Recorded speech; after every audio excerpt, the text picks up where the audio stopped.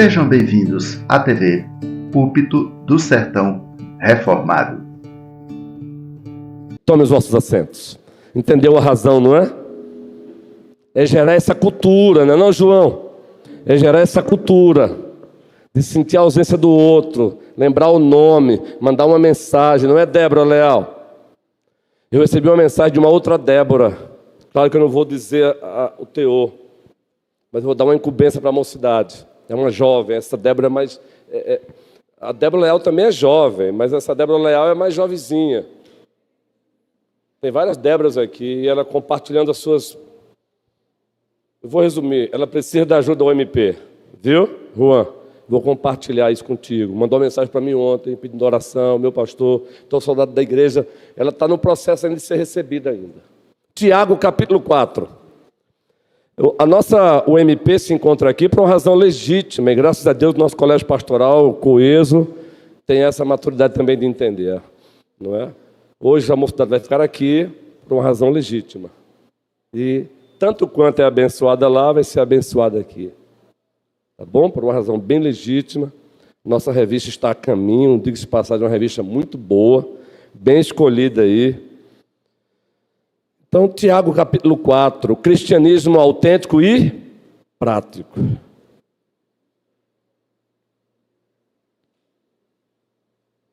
E não se esqueça, tá bom? Tente lembrar ao sair daqui, o nome que você citou, que está ausente, manda uma mensagem carregada de carinho. Mande mesmo. Em o nome do Senhor Jesus Cristo. E aproveita e ainda diz assim, desejo muito te ver à noite, porque eu quero te abraçar. Desejo muito te ver à noite. Tiago, capítulo 4. Cristianismo autêntico e prático.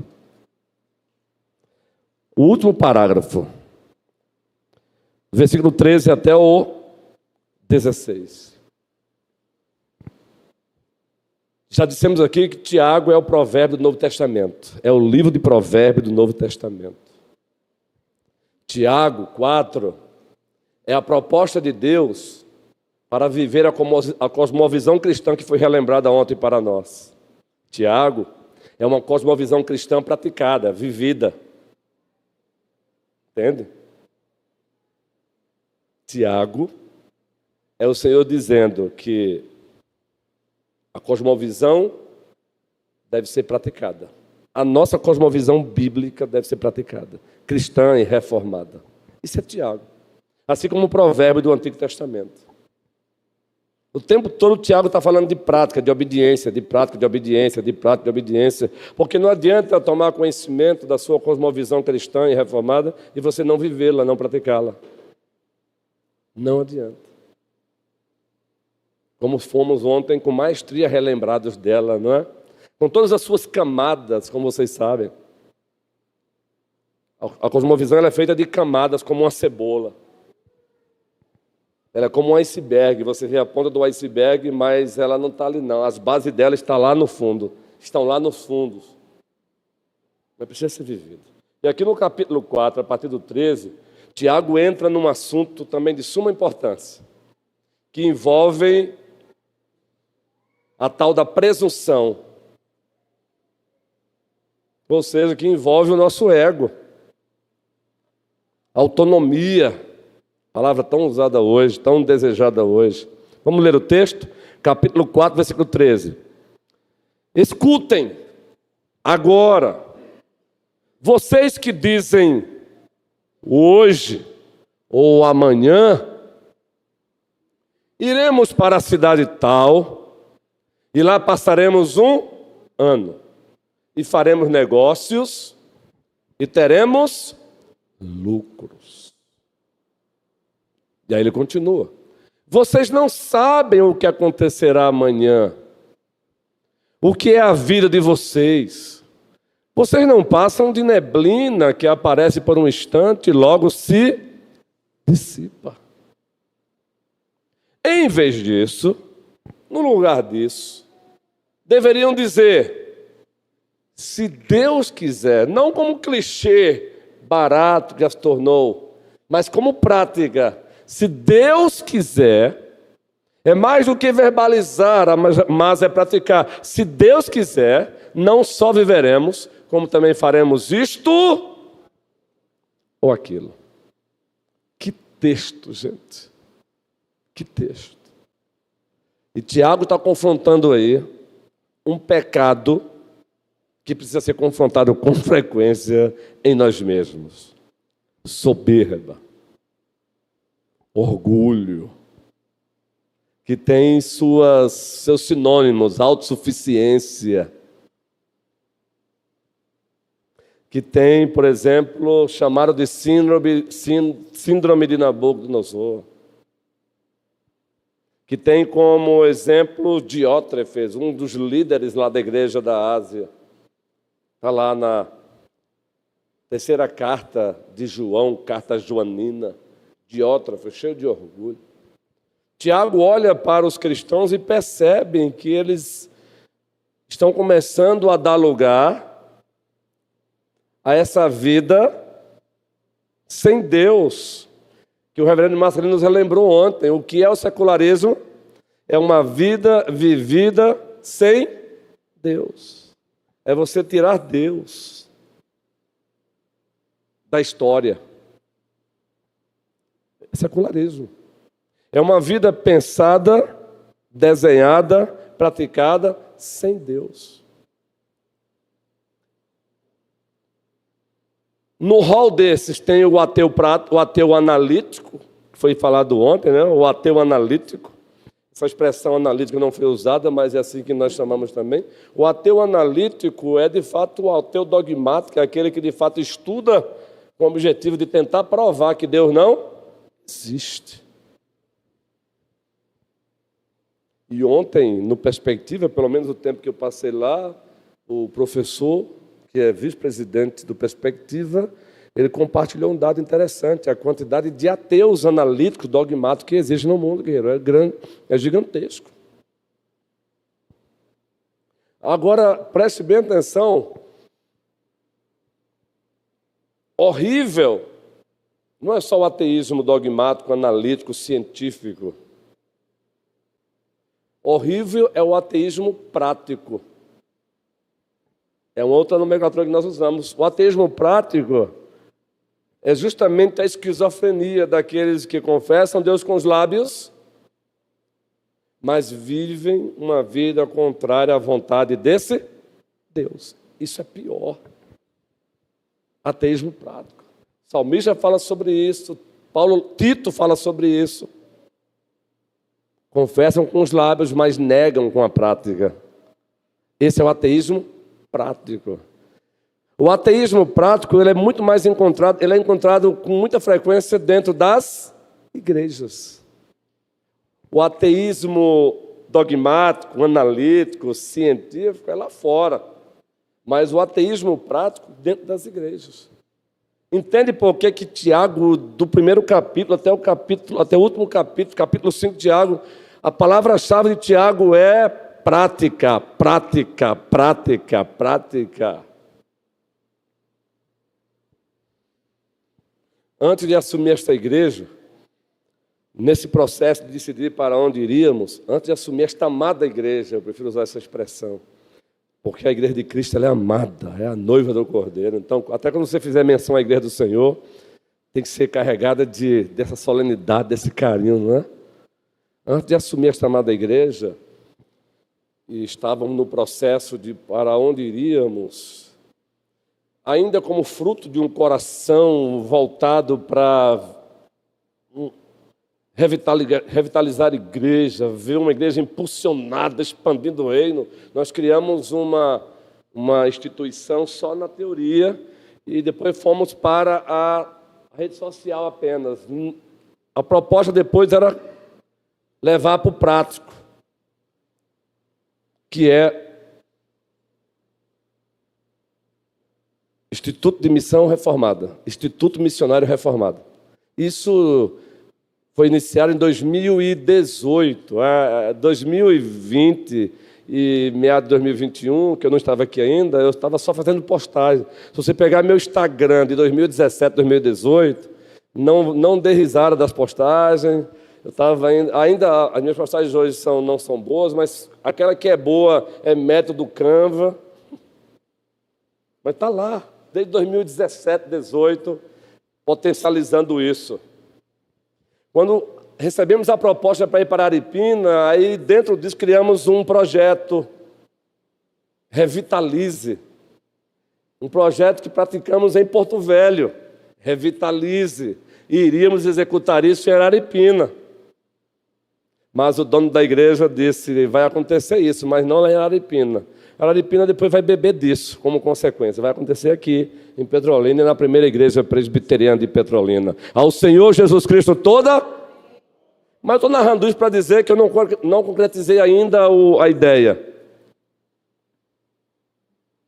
Que é ter uma escola, preparação, mais ainda, não só para o missionário integral, mas para aquele que quer fazer mais a obra do Senhor.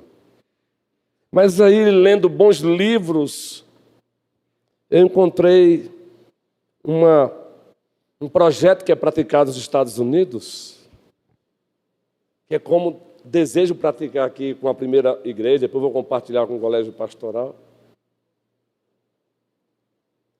Centro de treinamento cristão, Teoprax. Teoprax. Teoprax. Teos, Deus. Prax, prática. Um centro de treinamento cristão, Teoprax, ou seja, uma teologia que leve você à prática. E não simplesmente para deixar os crentes com as cabeças desse tamanho e o coração atrofiado.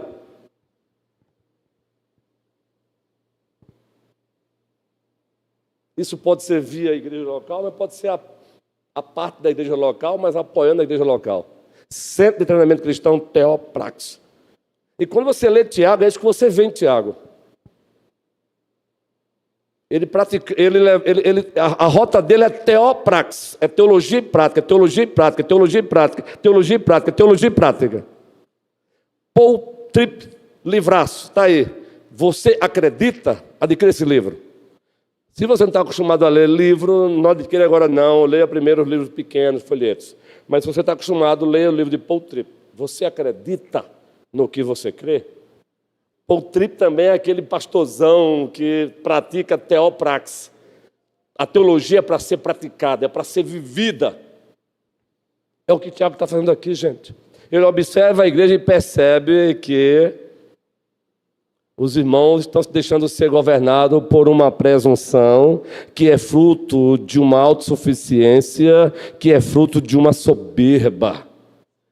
E é Tiago que diz que Deus resiste aos soberbos, mas dá graça aos humildes. É Tiago quem diz isso. Pedro também fala sobre isso. Aliás, o apóstolo Paulo, na segunda carta aos Coríntios, capítulo 11 e o 12, no 12, ele falando na terceira pessoa, depois a gente entende que é ele. Eu conheci um homem que foi elevado ao terceiro céu. Se no corpo ou fora do corpo, eu não sei. Eu sei que ele foi. E olha, ele viu cenas impossível de descrevê-las. Imagina que cena ele não viu, né, gente? Segunda carta aos Coríntios, capítulo 12. Que cena. Agora observem a consciência de Paulo, a consciência de que entre os dois jardins, o primeiro jardim, não estamos mais lá, a queda dos nossos pais, Adão e Eva, nós caímos com eles, nos fez com que Deus nos expulsasse do primeiro jardim. Mas aí Deus, na sua soberania e graça, nos chama para o jardim eterno. Só que o jardim eterno ainda virá, Apocalipse 22. Do primeiro jardim fomos expulsos, Gênesis 3.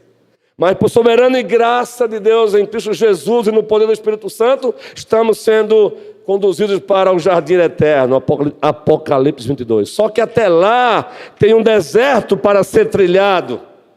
Tem uma jornada cristã para seguir. Só que até lá temos que conviver ainda com a presença do pecado. Em Romanos 7, Paulo chama de o mal que habita em mim. Entre esses dois jardins, Temos 3 inimigos ferozes, que é a carne, o mundo e o diabo.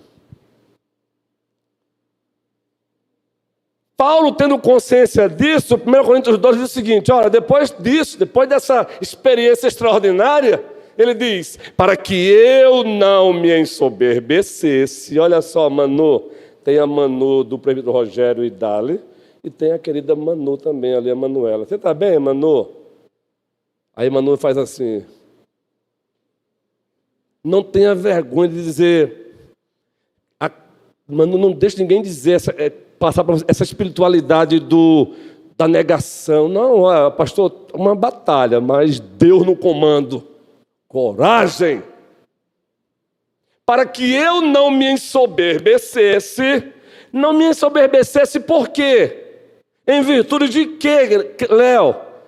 Da visão extraordinária que ele recebeu, Paulinho querido, diácono amado. Para que eu não me ensoberbecesse, casal lindo, ele disse: Deus me impôs, Vitória Albuquerque, diácono Nelson, um espinho na carne. Aí o debate, né, Carlos? Que espinho é esse? Irmão, é impressionante, guerreiro, como nós temos a tendência de deixar de mão o essencial, não é? E se prender ao não essencial. Qual foi o espinho? Rapaz, os caras brigam. Queridos, eu não quero nem saber. Uns dizem que foi problema nos olhos de Paulo. Outros dizem que foi pessoas ruins, Deus colocou na rota dele mesmo para bater mesmo, para espancar e não desobedecer. Bem, queridos, fato é, foi Deus que mandou o espinho. E ele diz: mensageiro de Satanás, para me esbofetear. Queridos, Deus, por amor, consente que você seja esbofeteado por um mensageiro de Satanás. Mas ele faz isso não é porque ele é masoquista, é porque ele te ama. Entendeu aí, Ed, aquela mensagem, guerreiro? Você mandou para mim, não mandou? Então, deixa eu ver se eu encontro aqui, Ed. É isso. Para que eu não me ensoberbecesse. Eu falo Ed porque ele compartilhou comigo ontem uma frase maravilhosa. Essa foi a de Iago, não foi? Rogério, o presbítero Rogério? Sim, o Emílio Garofo, que ele ilustra lá, não é? Emílio Garofo é um pregadorzão de Deus. Toda a sua introdução sempre evocando um livro, seja de ficção ou não. Deus deu a ele essa dádiva de usar a poesia, a literatura, ficção, e trazer para o mundo, como ilustração do que a Bíblia diz.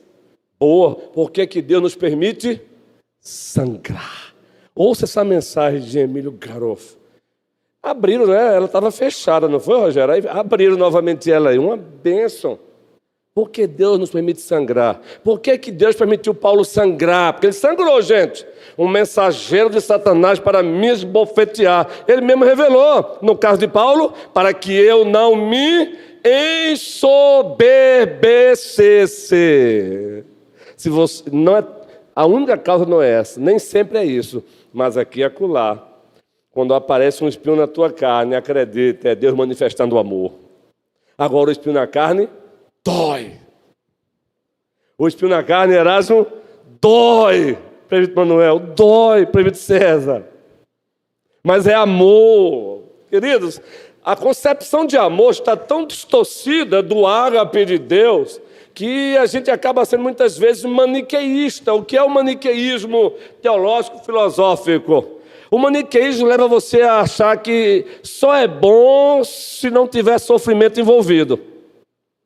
Então, se não tiver sofrimento envolvido, é de Deus. Se tiver sofrimento envolvido, é coisa do diabo. Não, nem sempre é assim, queridos. Paulo disse: para que eu não me ensoberbecesse, foi imposto um espinho na carne, um mensageiro de Satanás para me esbofetear. Por amor, Deus fez Paulo sangrar. Aí você vai para Tiago. Ledes, me permite, se encontrar essa mensagem, eu posso usar teu celular para não dar tempo? O meu celular está uma figuraça. Aí você vai para Tiago e encontra Tiago aqui. Escutem agora. Vocês que estão se deixando ser governados pela soberba, pela autossuficiência, vocês estão fazendo isso. Eu imagino na pele de Tiago. Tiago, querido, é aquele cara também que era o... Eu imagino Tiago se contorcendo. Em nome do Senhor Jesus Cristo, pare com isso.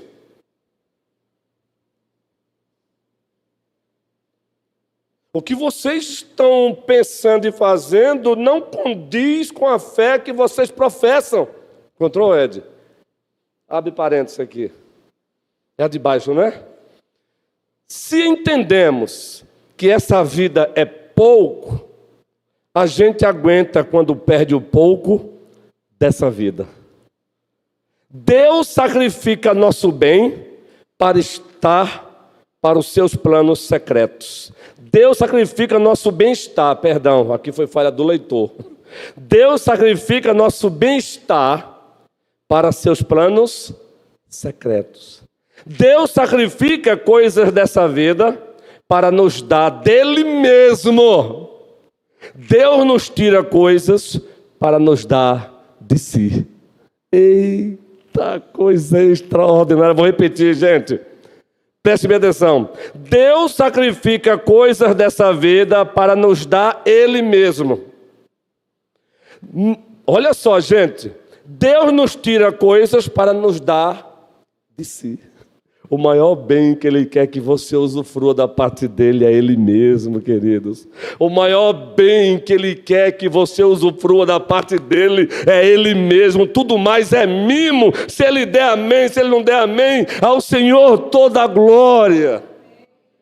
Por isso que Tiago está dizendo, meus irmãos, em nome do Senhor Jesus Cristo, vocês estão trilhando um caminho que não casa com a fé que vocês professam.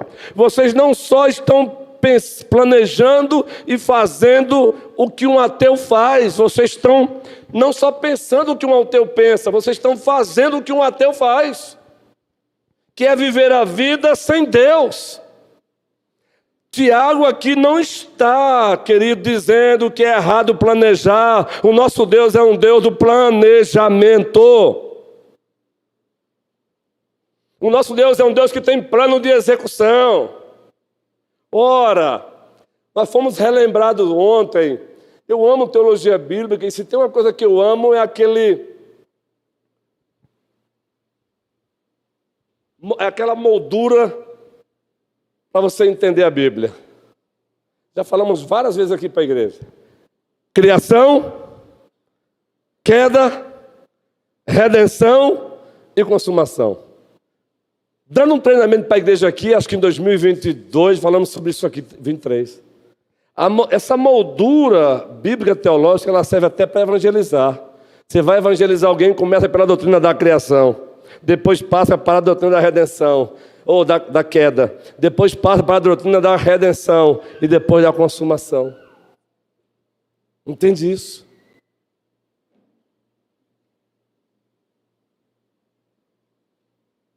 Só que nós nos esquecemos dessa moldura. Nos esquecemos que ainda sofremos efeitos da queda. E nos deixamos aqui e acolá. Não só pensar como um ateu pensa, mas fazer o que o ateu faz. Era o que estavam fazendo. Deus não é contra planejamento. Ele é contra um planejamento sem Ele.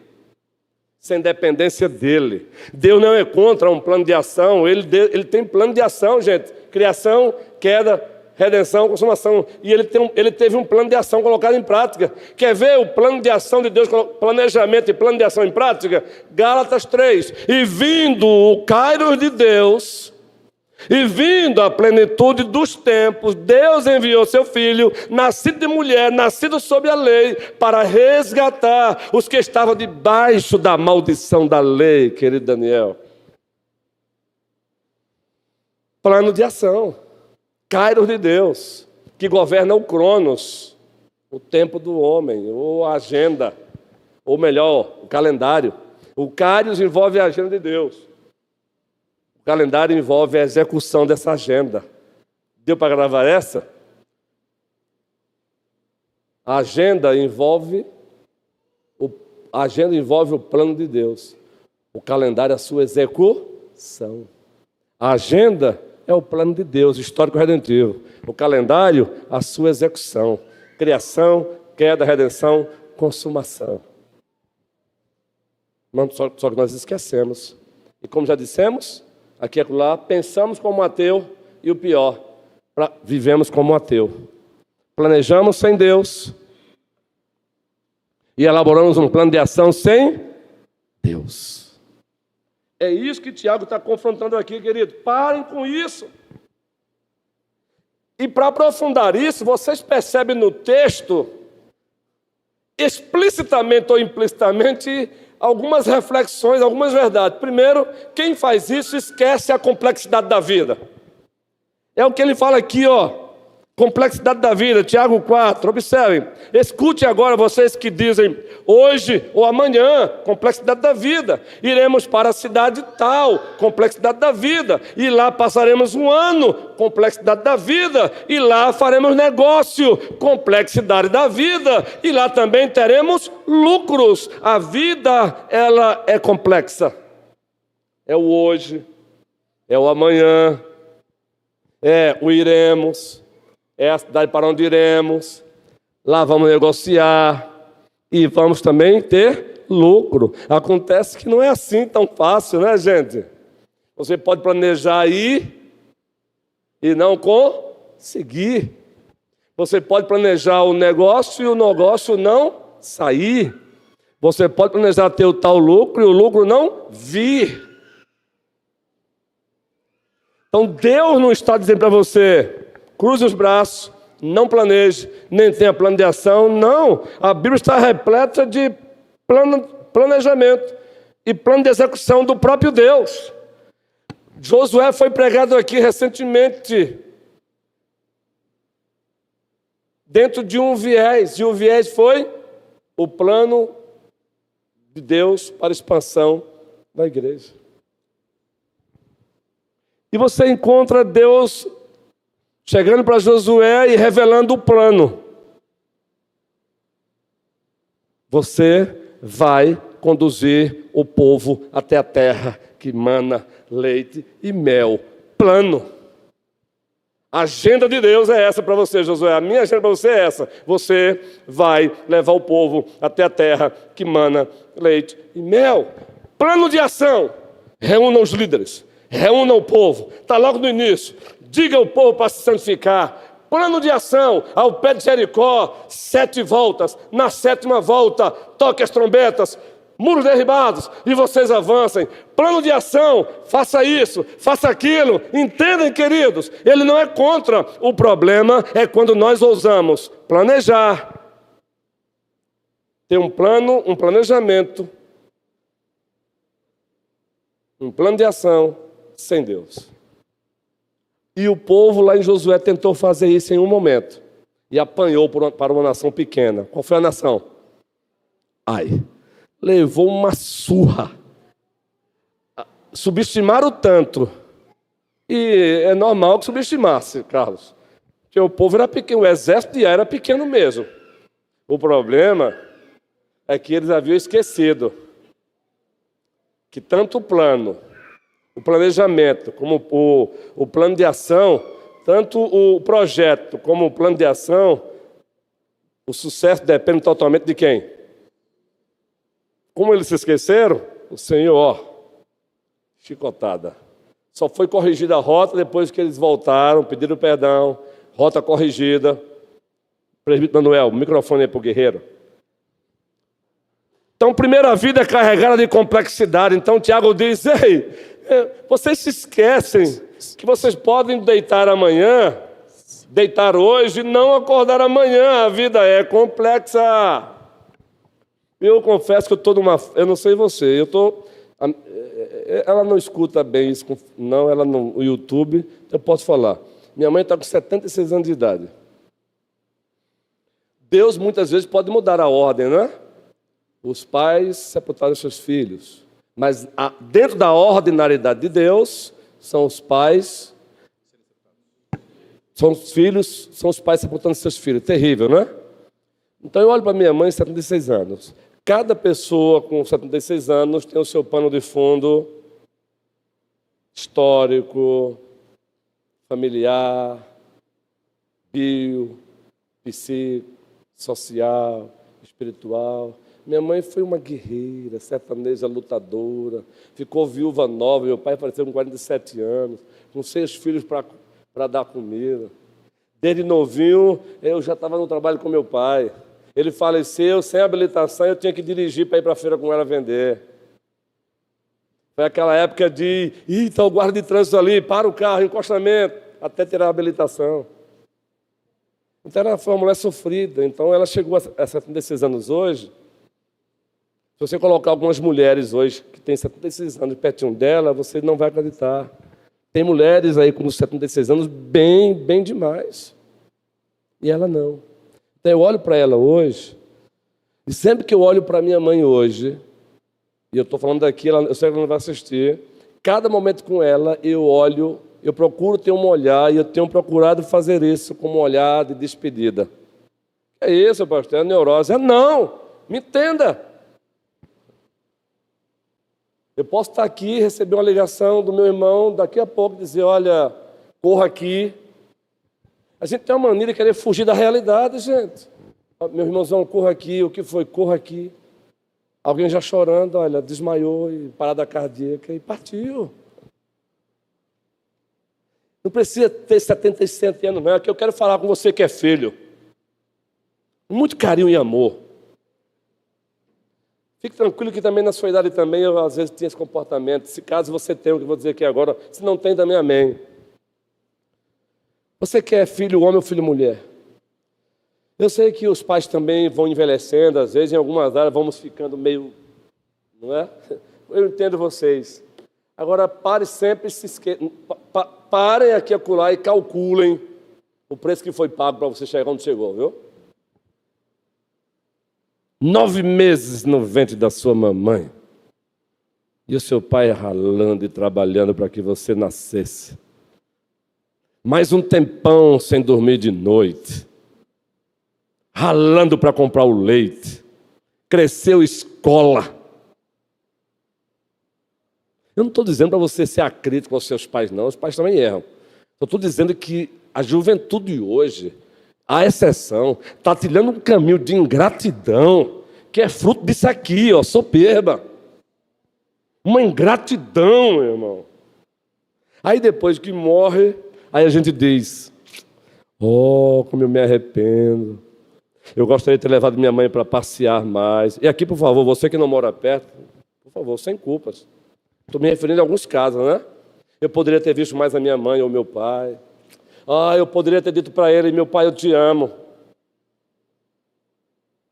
Isso não anula você também dizer, o senhor está errado aqui, viu? Não anula não, queridos. Meu pai, eu te amo, meu pai. Meu pai, eu te amo. Pastor, o que tem a ver o texto com isso? Tem tudo a ver. Tiago aqui está pontuando algo, mas se aplica em tudo. Ele está aqui trazendo a questão dos negociantes, os cristãos negociantes, mas o princípio se aplica a tudo. Manuel. Voltando só um pouquinho do negociante, mas tem tudo a ver também com isso. Em Provérbios fala que o cavalo se prepara para a batalha, mas a vitória vem do Senhor. Não é? Eu, no meu linguajar nordestino, baiano, tal, eu sempre digo lá em casa para os meninos o seguinte, olha, você deve fazer tudo como se dependesse de você, mas sabendo que tudo vem de Deus. Faça tudo como se dependesse de você, com a força, com acordar cedo, dormir tarde, enfim, o labor, né, a dedicação, mas sabendo que tudo vem de Deus, não é do seu mérito. Você é o cavalo, você prepara para a batalha, mas a vitória vem do Senhor. Isso que o Tiago está tratando aqui. Nessa dedicação de carinho, pastor, eu quero compartilhar com vocês. Meu pai, a semana passada, me pediu, Manuel, tu vai viajar? Eu digo, vou viajar. E pai hoje está com a saúde debilitada, enfim, vítima do DPOC. Eu queria ver minha mãe. Então, a minha viagem vai completar quando eu for fazer a sua viagem. Essa semana que vem nós vamos lá na casa da mãe dele para ele visitá-la, né? Devemos fazer isso. Isso, atenção aos seus pais mais velhos, seus avós. e, quando possível, né, abraçar seu pai e dizer assim, eu te amo. Né? Façam isso. Eu sou pai hoje e eu, como pai, sinto falta, às vezes, e fico alegre quando recebo carinho. Né? Então, façam isso que seus pais mais seu jovens pai, seu se irmão, alegrarão. isso, guerreirão, sua irmã, seu primo, é isso mesmo. Aqui é só uma aplicação, abrindo parênteses, faltando eu falar aqui. Eu posso receber uma ligação amanhã, cedinho. Então, sempre que eu estou pertinho dela, eu dou um beijinho na cabeça dela. Eu cheiro. Às vezes eu saio assim na minha correria, entro no carro e eu volto novamente. Dou outro beijo na testa dela. Pode ser o meu último beijo. Ou ela me vendo, ou eu olhando para ela. Deus pode me tomar, mas na ordinariedade da vida, quem parte primeiro é ela. Mas não, a gente vai se achando tão autossuficiente. Às vezes sai de casa, não diz um tchau, não diz um bom dia. Todos nós. Dificuldade de dizer eu te amo, dar um cheiro, todos nós. Aqui acolá minhas irmãs expressam impaciência. Vocês sabem que a terceira idade às vezes fica mesmo teimosa, não fica? Aí eu olho para elas assim, elas têm um respeito por mim, por ser pastor também. Ei, meninas, nessa idade não muda mais não. Em alguns aspectos não muda. Então, olha, faz o seguinte, porque elas brincam um pouco, quer dizer assim, ela é tua aduladora. Porque eu preciso entender que chega uma fase da vida deles, gente, que mesmo você discordando, quando é aquilo que é flexível, você tem que... Isso, minha mãe. Não, tranquilo, minha mãe. Esse menino pensa que eu sou abestalhada, né? Digo, ei, aí eu brinco com elas. Respeito, mamãe, meninos. Aí eu pisco o olho. Aí eu, menino, ei, respeito, viu? Aí eu faço por menino. Queridos, de coração. Pastor, tem tudo a ver, o texto tem tudo a ver. O princípio está aqui, a aplicação é comerciante. Pode ser o último beijo, pode ser o último abraço, pode ser o último oi, pode ser o último tchau. Mas a autossuficiência, não. Eu vou me levantar, eu vou voltar. Não, eu posso sair e não voltar. Eu posso sair para negociar e não voltar. Então a vida é cheia de complexidades. Existem as imprevisibilidades da vida. Agora o que Tiago está dizendo é para que você não... Já que a vida é cheia de complexidade, Carla Gil, então o que fazer para não cair no desespero? É ter a consciência que Deus governa tudo e todos, macroprovidência, microprovidência, mesmo as complexidades da vida Ele governa, Ele está no controle. Então o Tiago está dizendo, não façam isso, planejem, mas planejem em Deus, com Deus e para a glória de Deus. Tem um plano de ação, mas rogue a bênção do Senhor. Melhor, Senhor, me ajuda a fazer um plano de ação. É melhor até. É isso que ele está fazendo aqui. Eu vou parar aqui porque a hora avançou. A gente vai continuar no próximo domingo. Porque tem a complexidade da vida e o segundo ponto, as incertezas da vida. E nos esquecemos das incertezas da vida. As incertezas da vida. Paro só com essa frase e você vai entender no próximo domingo. Imagina você, com 20 anos de ministério, divertendo por você olhar para um lado, olhar para o outro e se ver sem chão. E 20 anos de ministério, pela bondade de Deus, deixando saudade por onde passamos. Pura bondade do Senhor. Não é 20 anos com o povo dizendo, foi tarde. Porque é triste, né, guerreiro? Como o povo diz, você foi tarde. Não, pela bondade de Deus, 20 anos, a época, né? Pelo que, eu estou comparando aqui o tempo que passamos lá, 2018. Saindo, deixando saudade. Mas aconteceu. São as incertezas da vida. Mas a gente acha que é dono do nariz. A gente acha que é dono do nariz. Encerro dizendo... Aqui acolá eu dirijo no meu carro por aí. Eu já citei isso aqui com frequência. Eu gosto de olhar. Quando alguém para do meu lado na sua Land Rover. E quem tem, Deus seja louvado por ter, viu? Vamos parar com essa conversa de querer estar maquiando o pecado. Às vezes é mais inveja e ciúme do que... Se o cara tem uma condição de ter a lã de roubo dele, amém, Deus seja louvado. É ou não é?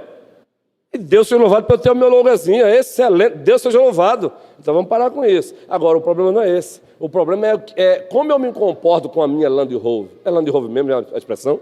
Como eu me comporto? Quando eu paro a minha Land Rover ao lado de alguém que tem um fusquinha, como é que eu olho para ela? Essa é a minha reflexão. É que o problema o problema não é ter a Land Rover, é dádiva de Deus, meu irmão. Deixa o cara ser benção. O problema é como ele usa a Land Rover dele. Esse é o problema. Você já viu alguém buzinar atrás de você com um carrão sem ter sentido nenhum e o cara achar assim, a buzina está sendo essa expressão. Por favor, me desculpa a expressão, viu? É bem chula, mas vai ser com cuidado também. Um pastor tem que ter decoro também na sua linguagem. Tem buzina que é assim, ó. Tire esse lixo da frente, é ou não é? Tem buzina que eu olho para o retrovisor assim e eu percebo, o cara está dizendo, ó, tire esse lixo da frente. Aí quando eu percebo que a mensagem é essa, aí eu olho assim e digo, ei, Senhor, tenha misericórdia. Como o ser humano é. Como o ser humano é. Ele acha que ele é o carro dele, aquele carro dele vai virar lixo um dia também. Não vai valer nada. Fiquemos de pé e vamos orar, porque já são 11 horas e 30 minutos, todo mundo com fome. O importante aqui é você aprender e refletir. Domingo vamos voltar para esse texto, viu? Complexidades, e vamos avançar no ponto incertezas.